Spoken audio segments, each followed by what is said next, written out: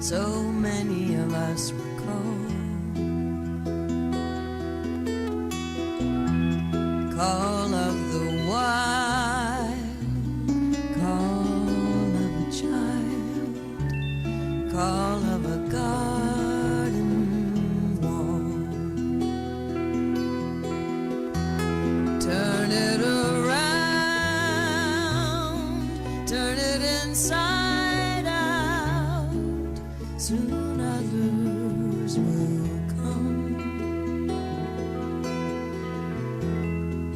Some as they wake, some by mistake, some in a chain of love. A primal longing, it's in our bones. You can't miss something that you've never known. Hearts in the world are waiting, awakening.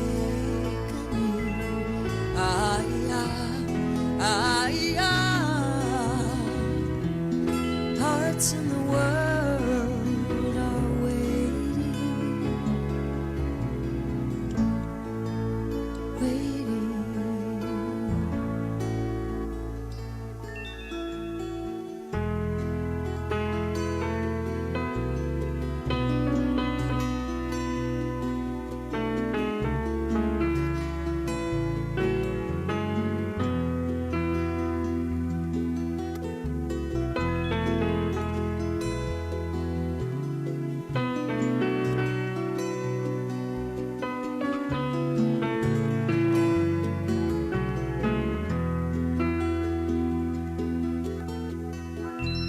Spirit is one, scattered before the sun, elusive space and time,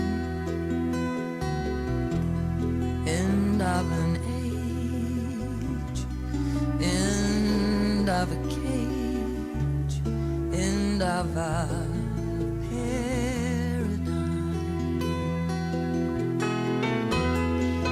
body bound where it can't be found. We carry them along. It isn't far, it is a garden, it is where we are one.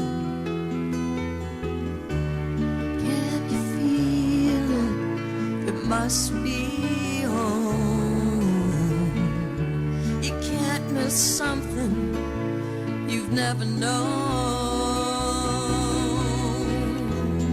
Hearts in the world are waiting, awakening.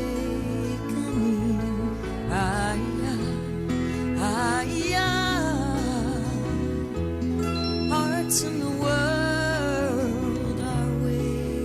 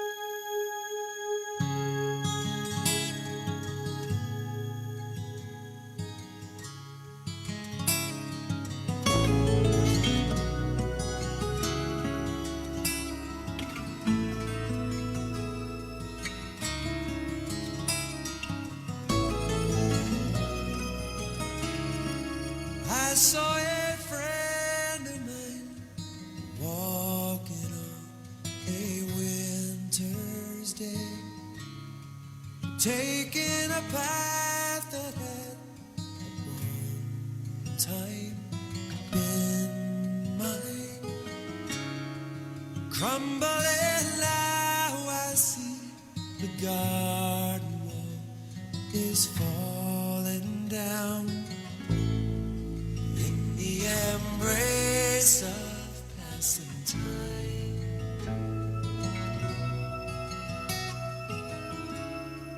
I've been a fool before, I hope it's not held over me,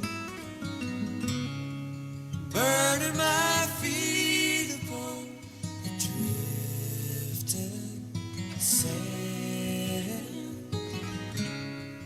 blinded by certainty, with spirits dancing through my hands, in the embrace of rhyming lines. Though I lay my head on a pallet of straw, or a fine woven feather bed,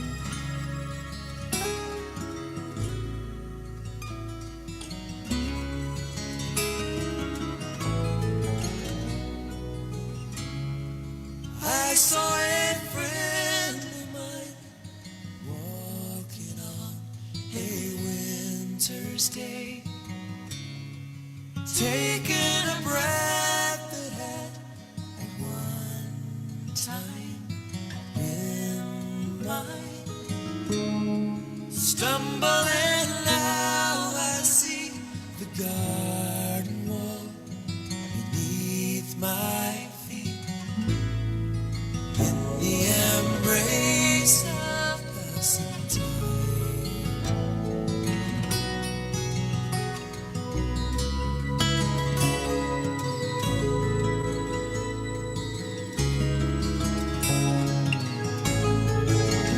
Though I lay my head on a pallet of straw or a fine woven feather bed,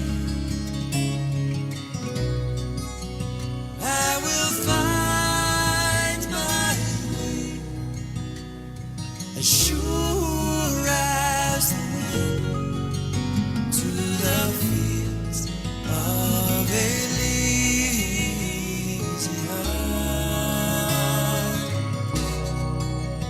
Though I lay my head on a pallet of straw or a fine woven feather bed, I will find my way as sure as the wind to the fields of a lazy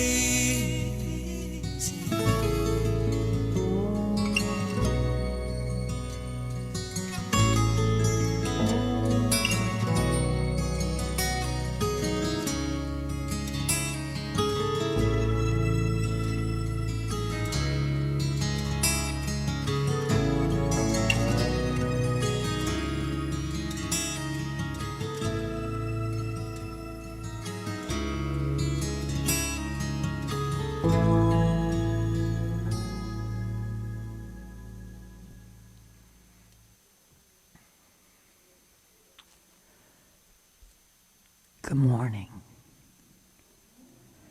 Good morning. Nice to see you folks. Welcome to All Souls Unitarian Universalist Church. Most of you, I hope, know where you are if you're actually here. And for anyone who might be joining us on the internet, I hope you enjoy having discovered us. We are still doing things to keep in protocol and probably a little bit beyond that with all of the pandemic stuff and with new variants popping up all the time. I want you to know if you're vaccinated, you'd be safe coming to this building. We are asking that everyone provide proof of vaccination before they come, except children under 12. And we encourage people to get those vaccinated when they can. But we're also self-distancing in the room, and there's room here to do that. So we invite you to come if you aren't here, and I thank you for being here if you are.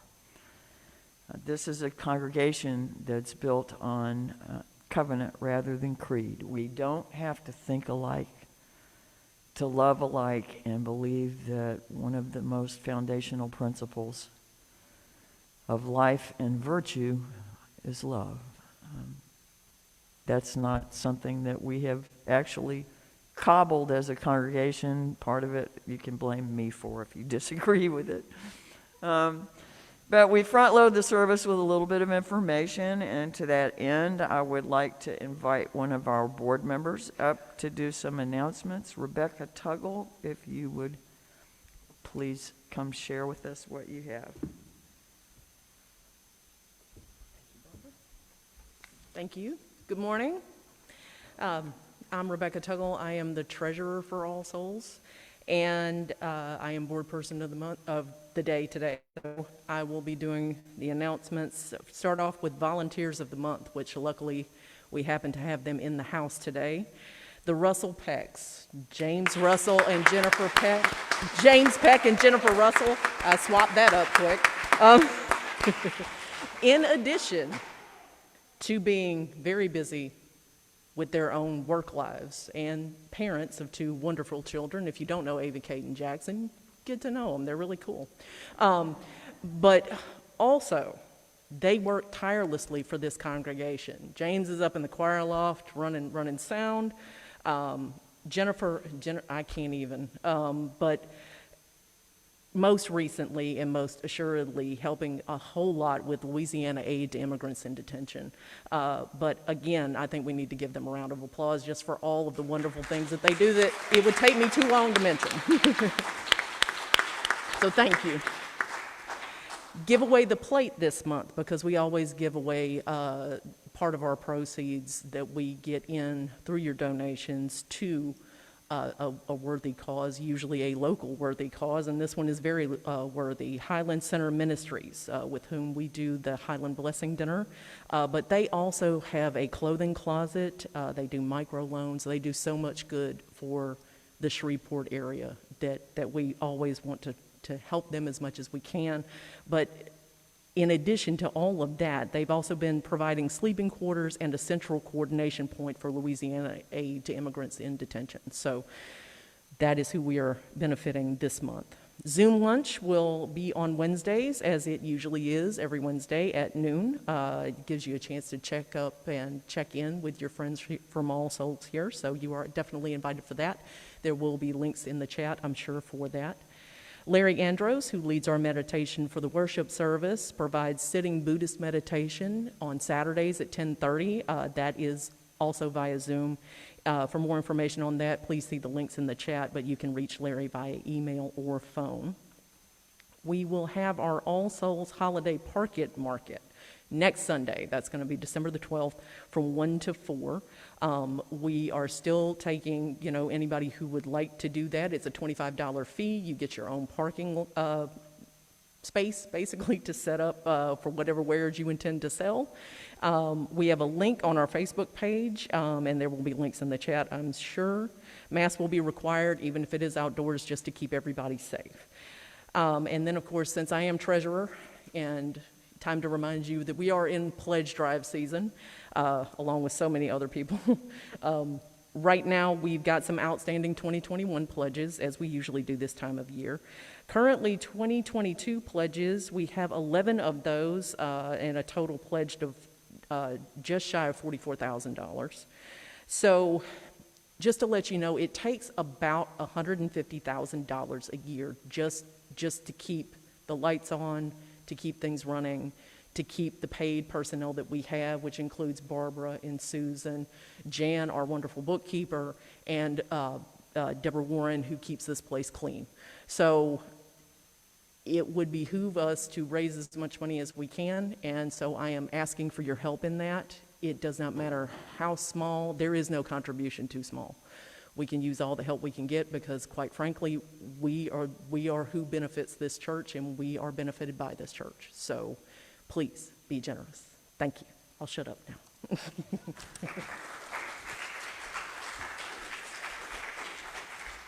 Thank you, Rebecca. As Susan, our Director of Lifespan Religious Education, makes her way up here, I want to remind you that in the back of the sanctuary, we have baskets that are set on the pedestals for receiving your contributions for the giveaway, the plate, or your pledge checks if you want to put them there. That's different than the way we have always done it, but they're easy to see, and I just want to remind you to do that. And I also wanted to mention that the Highland Center Ministries has, in the last year, helped more than 400 people do their tax preparation. I mean, there are just so many different things that they're into, so please be generous if you can. Thank you. Thank you, Reverend Barbara, and thank you, Rebecca. I did want to put a little note on the Market. We are right at the point where it's in question whether it will happen. I'd really like to get at least 10 vendors out there, to kind of make it, then we'd be small but mighty, and people could come. And so if we're at 7 definites right now. So I would really like to see that number grow. If you make jewelry, or maybe you have things in your house that you'd like to sell. We have one person that's got a large collection of things she's accumulated, gently used items that she wants to sell. If you bake, if you sew, if you know people who paint or draw or do all of these things and would like to sell their creative wares, steer them our way. We would really like to make this happen, and I'd like to know at least by midweek that it is going to happen. I think that's to be fair to our vendors and to the public, to let them know. So let's make it happen. I also wanted to remind you that we do have a member of the congregation who is here in the room who is doing an Advent study based on the book Preparing for Christmas by Father Richard Rohr. And we've been talking about him a good bit in our adult religious education, listening to one of his podcasts and discussing that.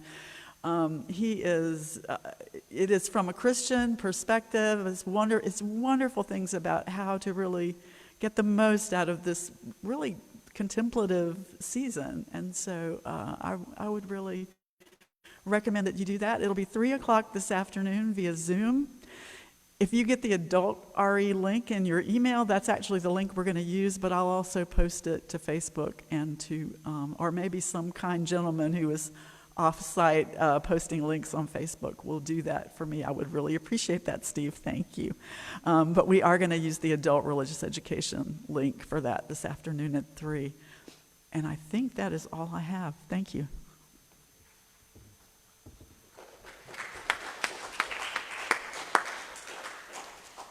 Thank you, Miss Susan. A lot of transitions going on in our congregation. Things are changing in people's lives, and so I invite us to be mindful of what weight people around us might be carrying, and also invite us to share anything that's joyful with one another. Community is important.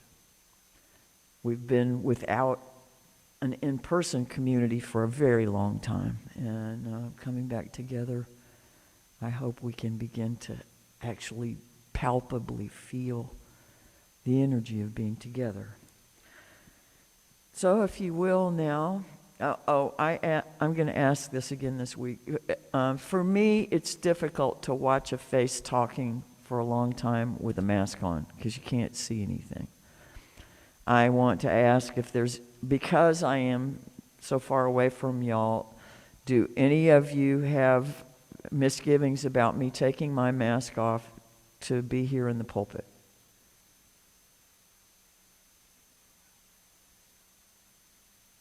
Okay. Thank you. Let's catch our breaths.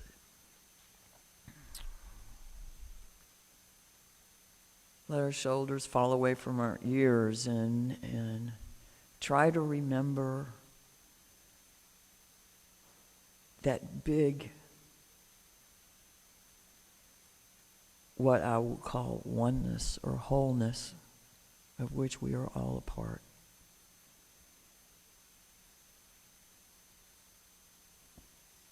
And let us be together in worship.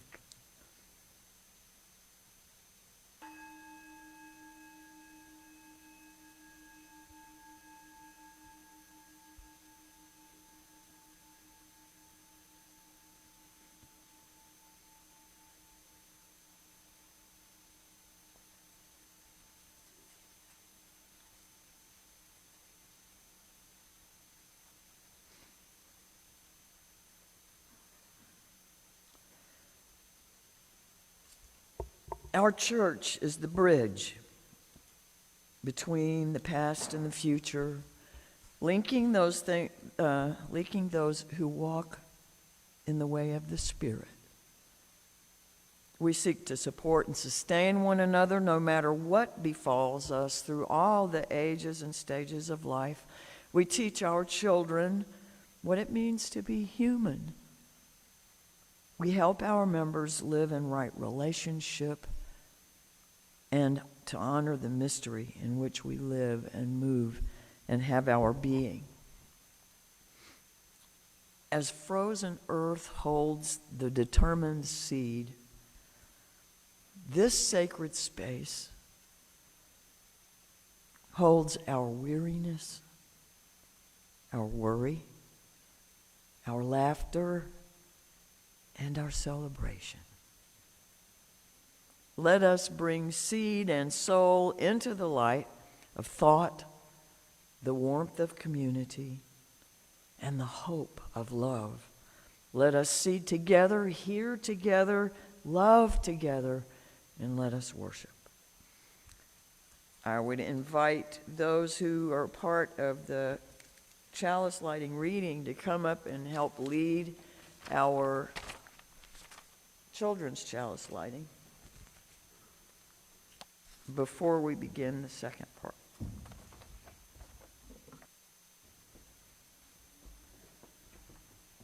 So which order are we going in?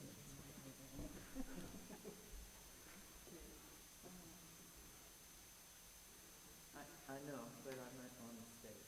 Oh, right now we're fine. Okay, I will pass this down and y'all can bring it and light it when it gets to you. Okay. We light this chalice to celebrate Unitarian Universalism. This is the church of the open mind. This is the church of the helping hands. This is the church of the loving heart. Together with mind, hands, and heart, we care for the earth and for each other.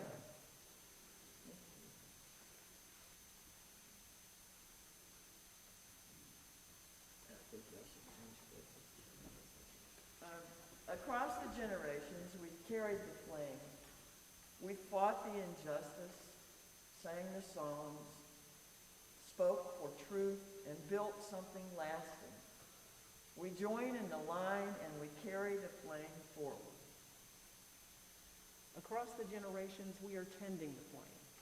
Hand in hand, together we share in the work of fighting injustice, singing the songs, speaking the truth. And we are here to build something lasting. We join in the line and we carry the flame forward. Across the generations, we have been nourished by this flame. We are singing new songs, breaking old barriers, sharing in the work. As we find our own space in what has been, we are here to make space for the next person as well. We join in the line and we carry the flame forward. Across the generations, this flame comes to us. We are here for the songs, for the justice, for the community sharing the work. We are here now to build something new and lasting. We are ready for a new day together. We join in the line and we carry the flame forward.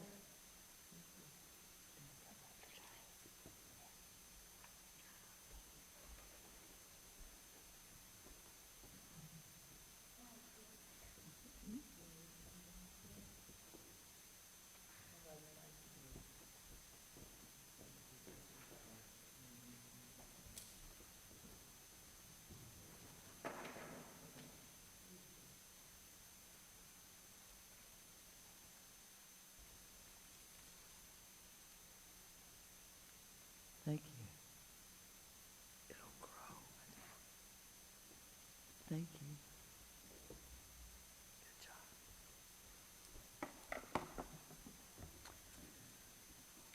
The flame of this chalice bears witness to the life of the Spirit that dwells in us and among us.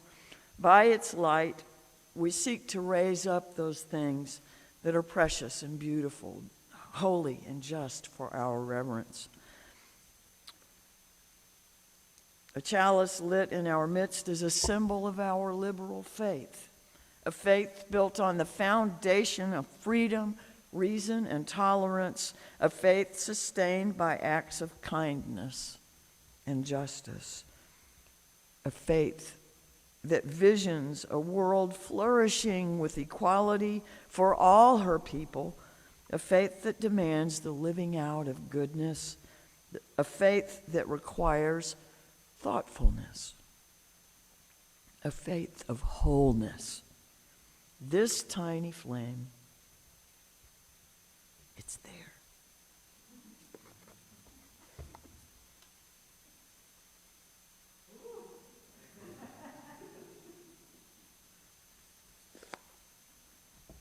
This tiny flame is the symbol of the spark of all those things within each of us. Would you join me, please, in the unison affirmation, rise in body or spirit? The words should appear on your screens or on this screen, if you don't know them yet. Love is the doctrine of this church.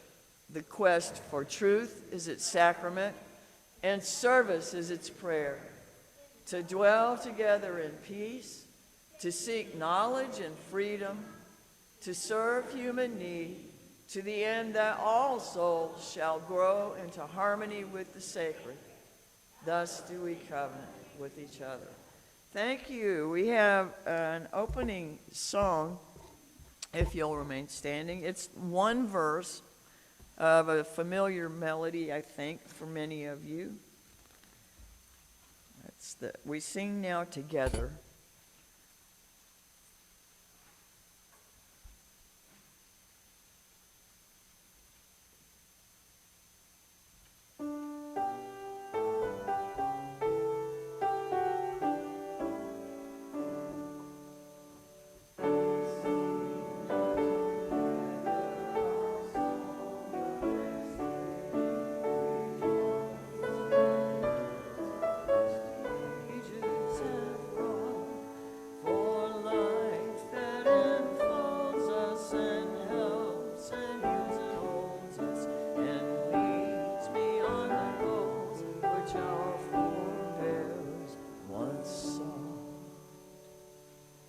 Thank you, Miss Susan.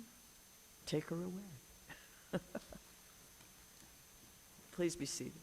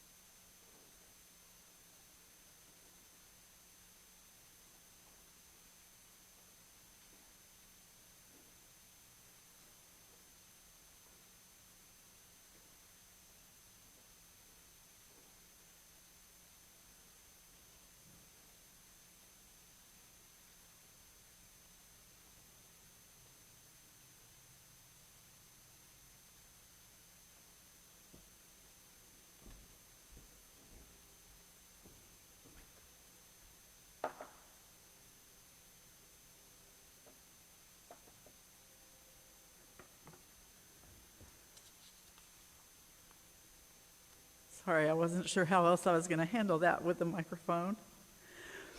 Last week, we lit the candle for the first Sunday of Advent.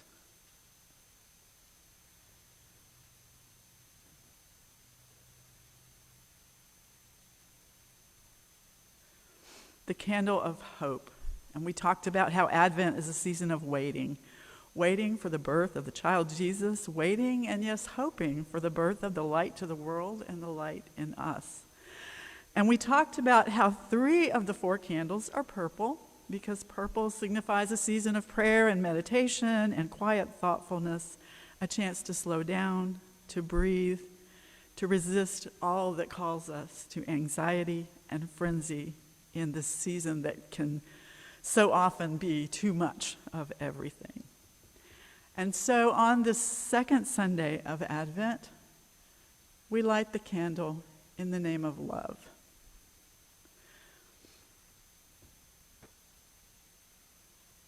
To Christians, the birth of Jesus is the love of God born into the world, the greatest sign of that. As Unitarian Universalists, we light this candle in the hope that love will be born and live and grow in us, deepening our own capacity to love. For many in the Christian tradition, this is also known as the candle of faith, sometimes called the Bethlehem candle, signifying Mary and Joseph stepping out on faith to make that journey to Bethlehem. And so faith is a fitting theme, too, for the 7th night of Hanukkah in the Jewish tradition, the celebration of the heroic story of the Maccabees, who took back the temple at Jerusalem from the forces of the Greek king Antiochus of Syria. When they cleansed the temple and prepared to relight the temple lamp, they realized they did not have enough of the holy oil required to keep the lamp lit. To consecrate the oil properly would take 8 days, and they only had 1 day's supply. And yet somehow the oil lasted for the entire 8 days. It's no wonder that Unitarian Universalists can resonate with this story. A triumph of religious freedom through struggle, a triumph of a religious community through hard times and sparse resources. So to celebrate this season of light is to celebrate our sources, and in particular, these holidays that come to us from our Jewish and Christian roots and heritage. So thank you all.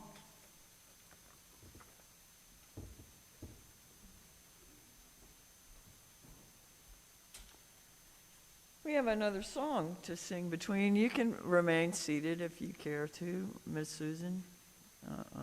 Are you?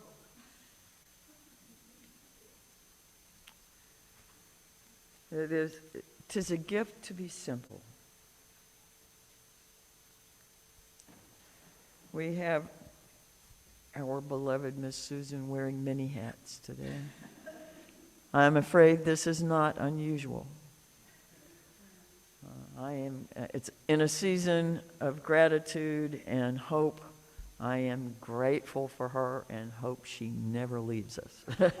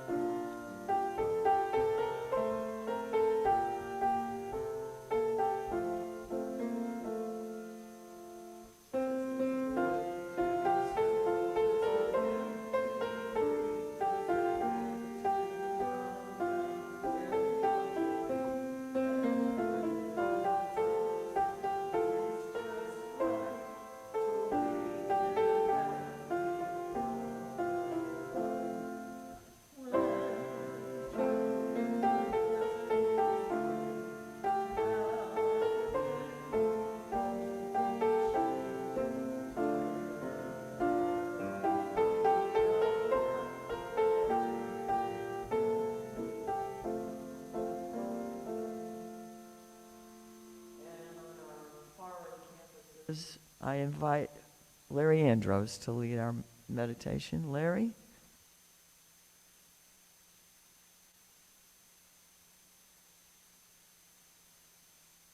Good morning. For today's meditation, let yourself find a comfortable position, one in which your body can be balanced and your spine straight.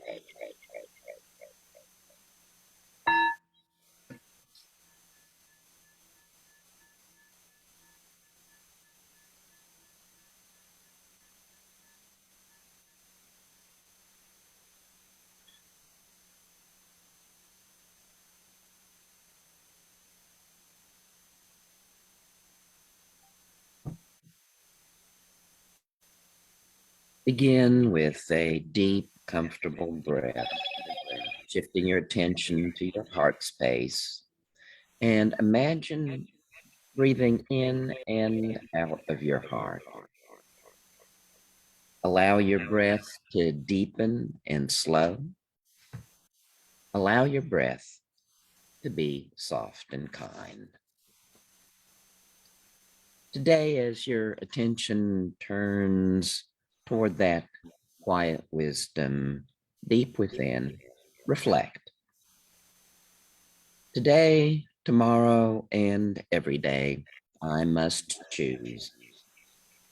Big choices and small, choices of what to value, choices of meaning and purpose. Some as simple as my next meal, and some as big as those I make at the shadowy crossroads of life. Crossroads of life, roads of life, roads of life, roads of life. In every relationship, I must choose my way. Relationship with self and others, with my community, with the world, and with life itself. How shall this choice be made? What guide to follow? Which way to go? As I was born on this earth journey, my untamed wild being met patterns that channeled my energies and my choices, so often expressed as shoulds and oughts. I should clean my plate. I should tell the truth. I should end my day in prayer. Some shoulds and oughts expanded joy. I should pause to touch a world of beauty. I should let kindness guide my way. Others held back the light that sought its life through me.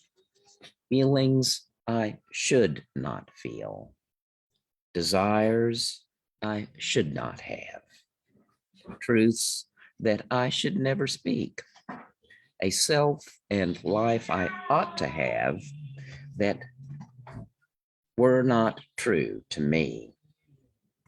I need the clarity to know what truly heals and guides.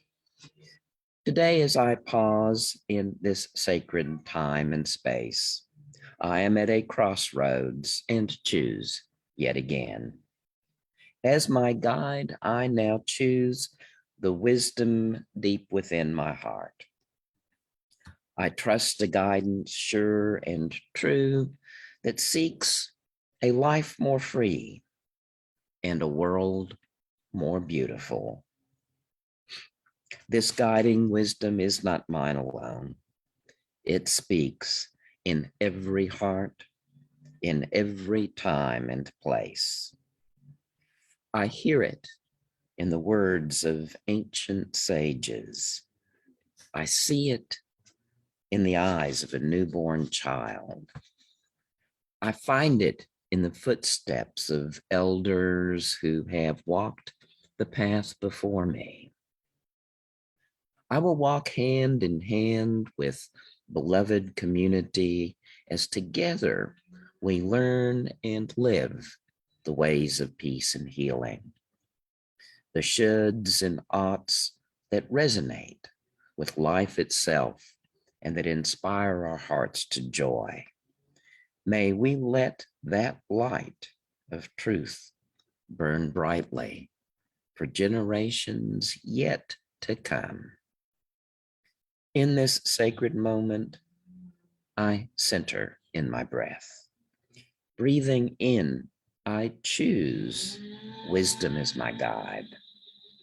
Breathing out, I choose kindness as my next step.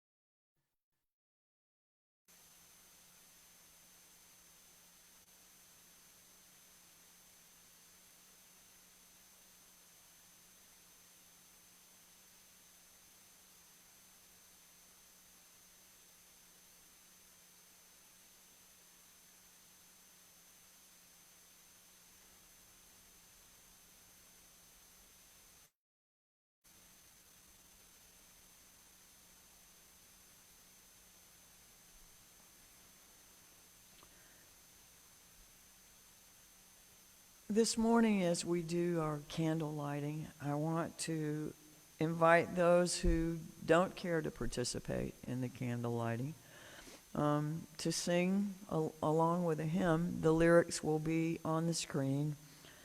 The melody that we are using is the song, Lo, the Earth Awakes Again. It goes, lo, the earth. Well, maybe I can have Miss Susan play it through once before we start singing. But we're just using the first part of that melody for this song. The lyrics that are on the screen, we will sing with the melody, and then we'll go back and, for the second verse, begin the melody over again. We do the candle lighting a little bit differently for anybody who may not have been here yet. We make our line, and we're going to try to avoid being right in front of the screen.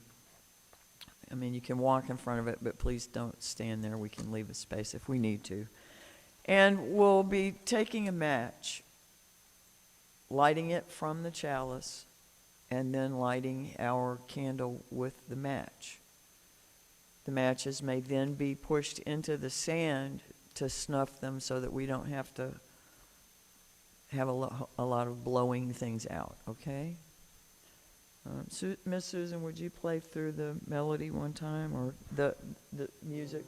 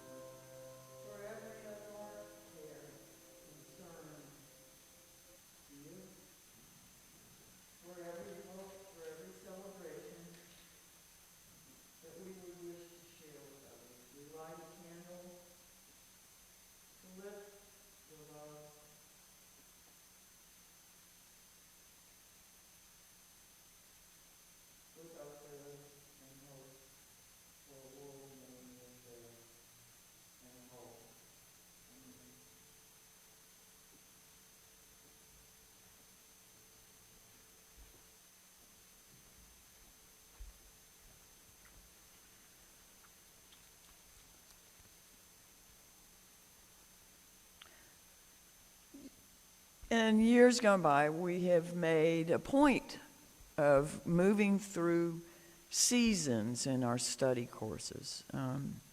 When the children have their religious education classes, we move through 5 subjects through the course of the year and try to coordinate worship services around that. During the pandemic, it's been a little bit different. The adult religious education courses have been on their own track, and the kids' education courses have been on their own track, and the worship services have been on their own track. Anyway, this would be our season of Jewish and Christian heritage study. We would have finished the study of Unitarian Universalist identity, and we will be moving towards the world religion study. But in the adult education right now, some of what they're covering is dealing with biases, and it's just kind of happenstance that what I wanted to talk about this morning overlaps with that pretty consistently.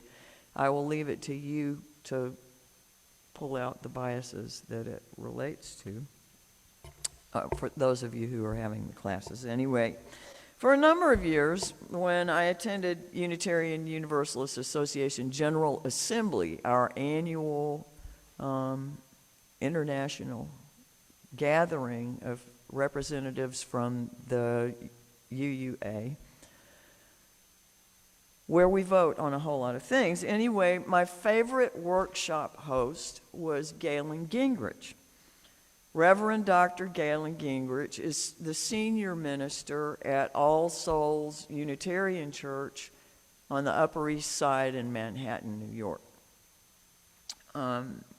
He sends out, because I found him to be so inspirational, I looked for other places I might get information from him, but he has a meditation that he sends out every day, and I receive that.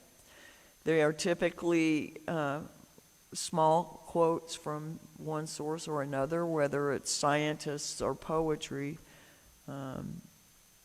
or lectures or speeches, or just wherever he finds inspiration. He pulls those and sends them out. Most of the time, they set me on a course for the day of considering things from a little bit different perspective than I would have without them. One of the readings this week came from Thomas Henry Huxley, a 19th century biologist, anthropologist who was known as Darwin's bulldog. He was such a firm advocate of the Darwinist theories. Anyway, the passage was this: "Perhaps the most valuable result of all education is the ability to make yourself do the thing you have to do when it ought be done, whether you like it or not. It is the first lesson that ought to be learned." I have to admit, I was never very good at ought tos.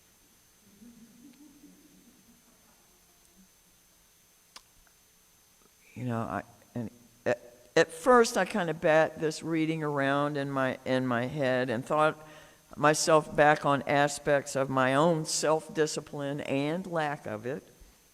While I can with some ease recognize my strengths and weaknesses in that regard, most often I find that I'm inclined, when I consider things like that, to begin comparing myself to other people, or at least how I perceive those other people. I've known so many incredibly disciplined people. I look at all those who have accumulated a wealth of information, some who have stacks of letters after their names, some that run marathons, some who have ridden bicycles across the country. or those committed to live with pretty close to a zero carbon footprint on the planet. The kind of self-discipline that takes is not something I have for any of those things. Those who, with a mountain range of challenges and obstacles in their lives, continue to serve others with a truly inspirational presence. All of it can be really humbling. But it can also set me on a course, at least momentarily, of shoulding on myself. My next response after that reading that quote, was to see underscored the repeated use of the word ought. Once started echoing through my head, I thought of the foundational philosophical question, how ought we to live? Clearly, our relationship with that notion changes over our lives. In whatever system we grow up, if we grow up, and actually even if we don't, we're given signals that begin shaping our understanding of what we ought to do and what we ought not to do, how we ought to be and how we ought not to be. We respond differently to the lessons that we receive from, our respective environments, depending a considerable degree upon our natures and temperaments, biology, chemistry, where the planets were when we got born, timing, fate, luck, choice. A long list of variables, many along the way over which we have no control. And of course, others over which we choose to believe we do have substantial influence. As I reflected on my own journey through the oughtless forest, a reference far too old for most of you, I recognized some patterns that I would guess most people have in common. We start out in those systems being marinated in those sets of oughts, whether they're inferred and indirectly implied or drilled into us by some means or other. We have these sets of shoulds and oughts, and this is how it's done, and if you don't do it that way, it's wrong.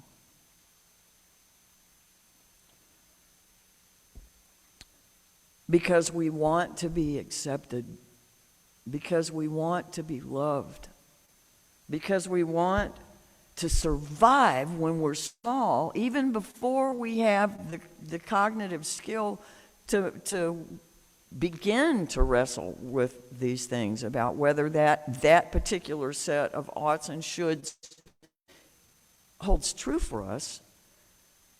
We start trying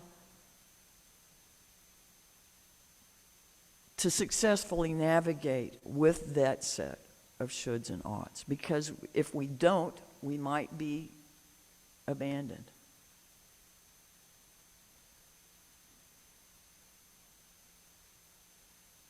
So we've gone from being taught to having bought that set of parameters, that ethical set, those rules in the system that we were a part of. Now, those systems may value obedience loyalty, knowing one's place, compliance, self-sacrifice, valuing the group over self, and being highly, even rigidly disciplined. There's the quote from A Few Good Men, another reference that's old, almost as old as my son. From Jack Nicholson, who plays Colonel Jessup in this movie. He is talking about Marines who stand on a wall in Guantanamo. And he says, we use words like honor, code, loyalty. We use these words as the backbone to a life spent defending something. He goes on to say, ever put your life in another man's hands and ask him to put his life in yours? We follow orders, son. We follow orders or people die. It's that simple. This relationship to how one ought to live is no joke. One might argue that it is a necessary relationship in our world network of mutuality, to use a Dr. King phrase. And incidentally, the only time in this book that the word ought appears is in a Dr. King reading. When he says there are things in our social systems to which we ought be maladjusted. Only time it's in here. None of the lyrics, none of the other readings have an ought.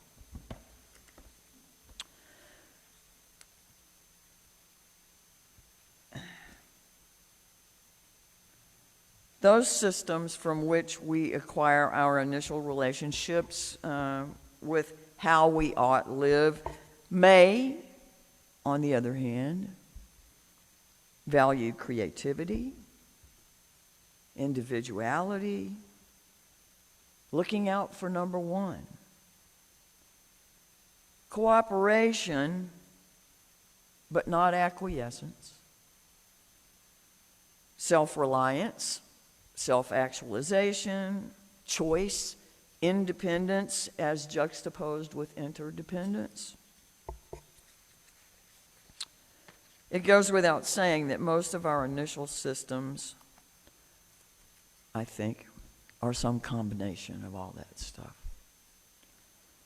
Those different approaches with a whole lot of other spins thrown in. I think early on I began to chafe against what I was told to do. What I was told was good and sweet and how people, particularly little girls, ought to behave. I did not want to wear dresses or petticoats. God, those were awful things. I had no interest in dolls. If boys were getting to do something, I wanted to get to do it too. And if they were expressing their opinion someplace, I thought mine belonged as well. I had little boys tell me I talk too much.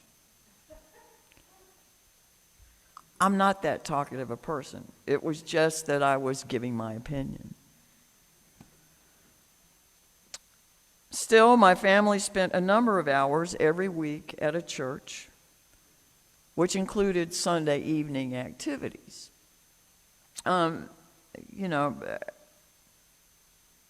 That's when the Beatles were on Ed Sullivan. Now, I know a lot of folks in here were not around when Ed Sullivan was on television, nor when the Beatles first came to the United States. Anyway, at first I decided I wasn't going to like the Beatles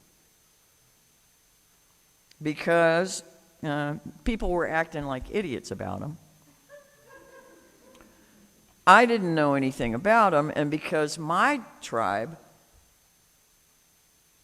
went to church on Sunday night, we were doing something better than those people who were sitting home and watching Ed Sullivan.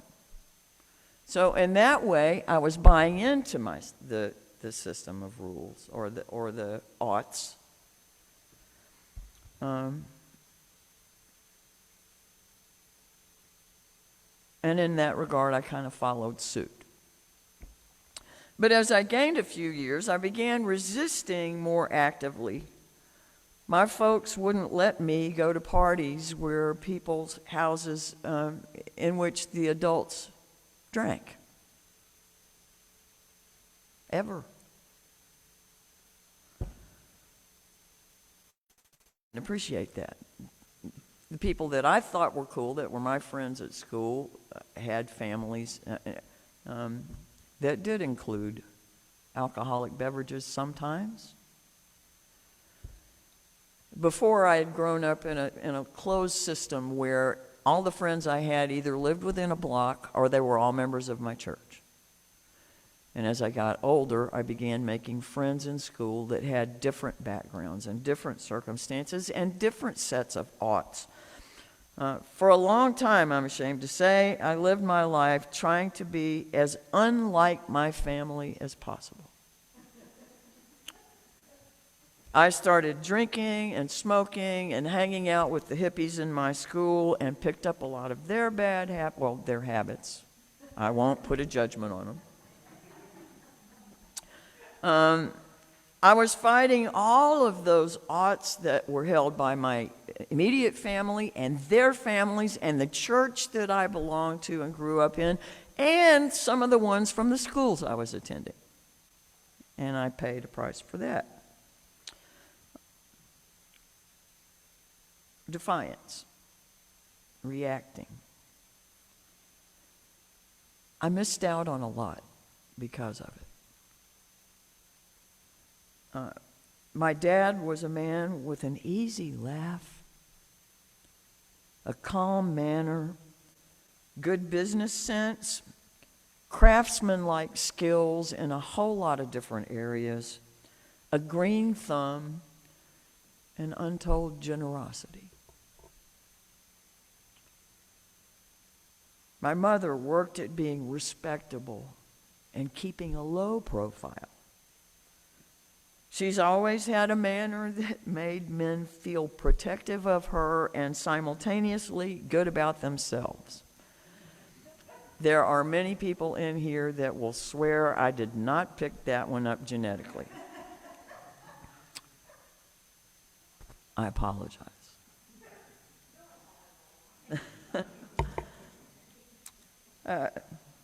My mom has been frugal, she's been sensible, she's had a memory like a steel trap, and has been methodical.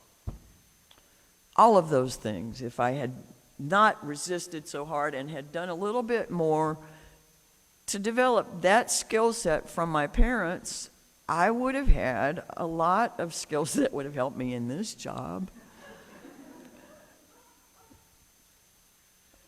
But I think it's just a fact of life that along the way, most everybody goes through a little bit of the compliance and defiance. And as I was told by a skilled psychotherapist, defiance and compliance are both traps. And it's when we come to understand that we can do what our parents want us to do because we want to, and not have to not do it just because they want me to do it. That's when we become differentiated. That's when we can step into the freedom of choice to be ourselves. I don't know that everybody gets there. I don't know that all of us ever get all the way into that space. Some schools of philosophy would posit that whether or not one is virtuous depends entirely on circumstances and makeup. Whether one has the willpower to do this or is more a matter of biology than character. We aren't comfortable with that idea. We don't like the idea that we can't do our best and be better than maybe others we see. Or that they can't be blamed for some of their hardwiring.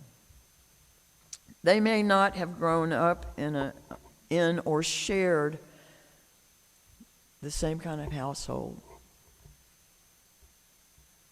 There are people within families that inside the same household will grow up entirely differently because they're made differently, because they did not have an identical experience with me. The other aspects of their environment did not affect them the same way. They are not wired to respond the same way that I am. Holiday seasons bring us into context with a whole lot of those people.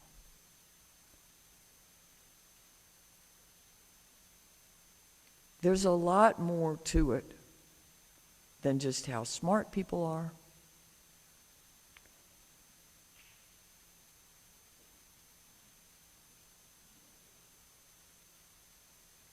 how kind people are.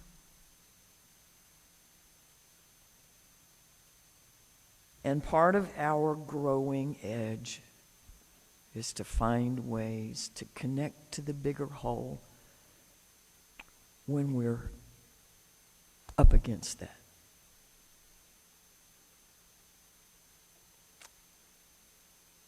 Part of being a virtuous person is knowing how to live well. And one can live well in any context because it's about well-being. And like it or not, that's an inside job. So with the oughts, we can be taught, we can buy them, we can fight them, and then we seek our own way. Ought, taught, bought, fought, sought. My wish for each of you is that after the taught, bought, and fought oughts,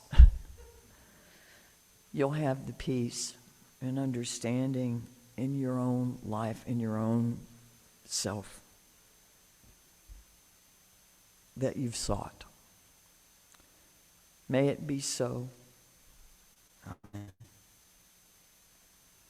We have a closing hymn.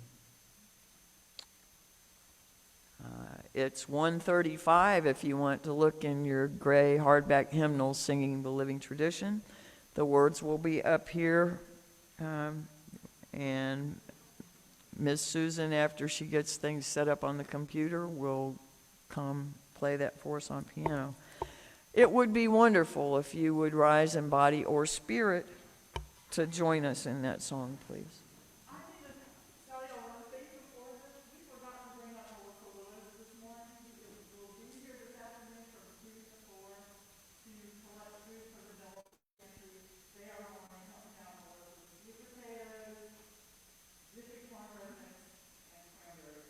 Canned sweet potatoes, right?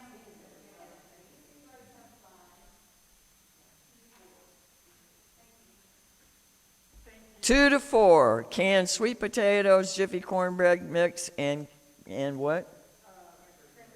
And cranberry sauce. All right.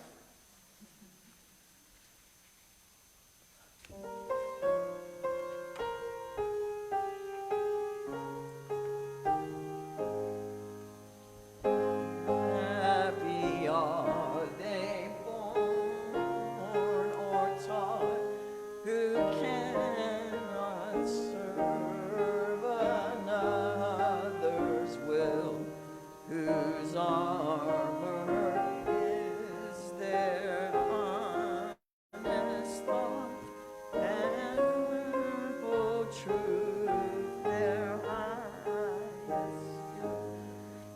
it up a little, please?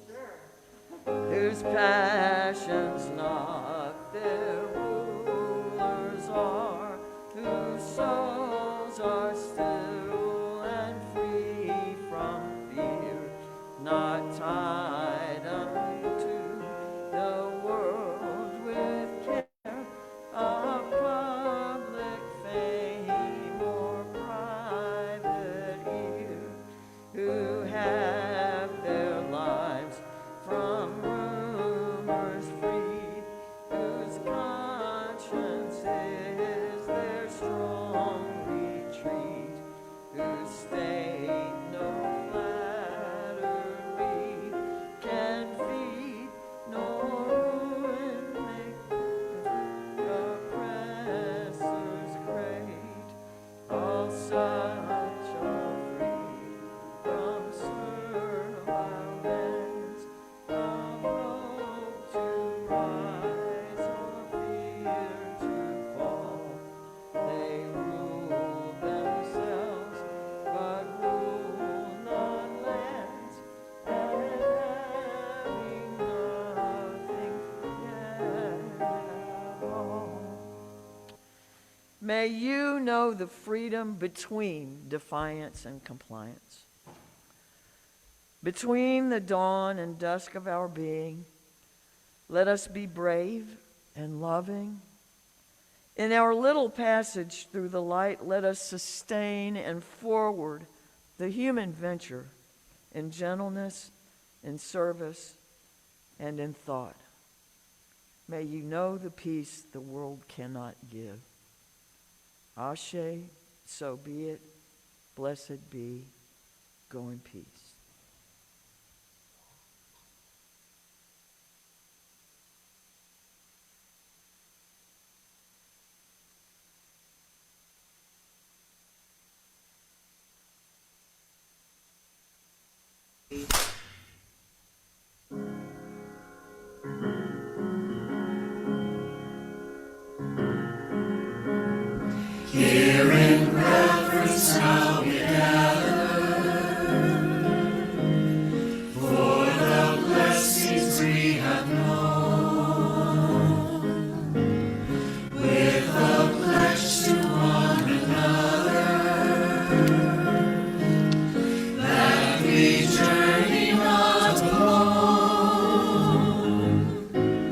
Joy and sorrow make us one.